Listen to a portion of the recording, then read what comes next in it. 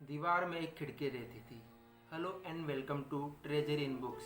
यहाँ पर मैं लेके आता हूँ अलग अलग किताबें और उनके अंदर छुपे खजाने को।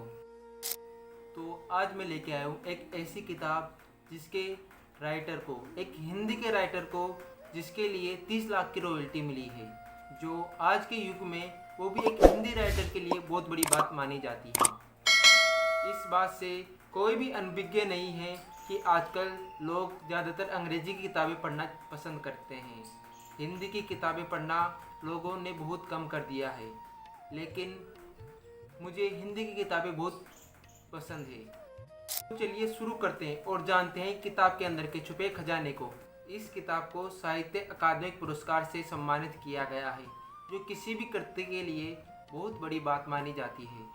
इसका नाम दीवार में एक खिड़की रहती थी है, जिसे आप पढ़ सकते हैं। इसके लेखक है विनोद कुमार शुक्ल, जिसे आज के युग के हिंदी के सभी रीडर्स जानते ही होंगे। मेरे द्वारा पढ़ी गई यह उनकी पहली किताब है। इसे मैंने लल्लन टॉप के सौरभ द्विवेदी के सजेशन से पढ़ा है। उनका एक प्रोग्राम है नेता नगरी के नाम से, जहाँ पर वो किताबों से जुड़ी जानकारियाँ देते हैं, किताबों का रिव्यू करते हैं और उन किताबों को सजेस्ट भी करते हैं। उस वीडियो में मैंने इस किताब का सजेशन देखा और इस किताब को मंगवा लिया। इसे छापा है हिंदी युग ने।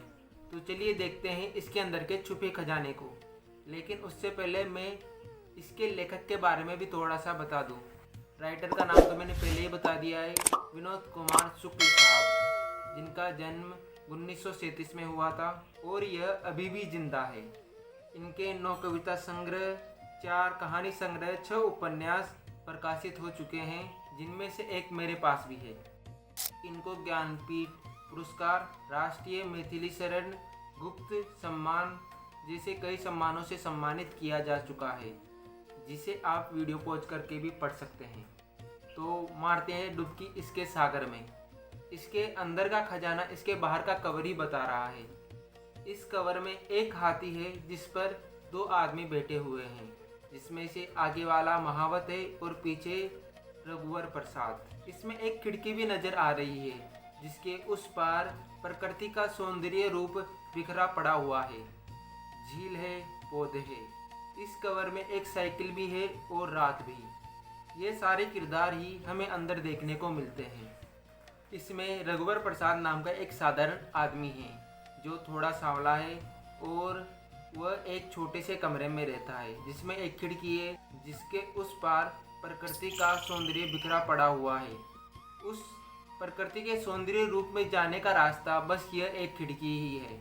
इसमें निम्न मध्यम वर्गीय जीवन का काफ़ी खूबसूरत तरीके से चित्र खींचा गया है। इसमें संतोषपूर्ण जीवन के बारे में बताया गया है। अगर आप किताबें जल्दी जल्दी पढ़कर ख़त्म करने के शौकीन हैं, तो यह किताब आपके लिए बिल्कुल भी नहीं है। इसमें कहानी मध्यम हवा की तरह बहती रहती है, कोई उतार चढ़ाव नहीं है।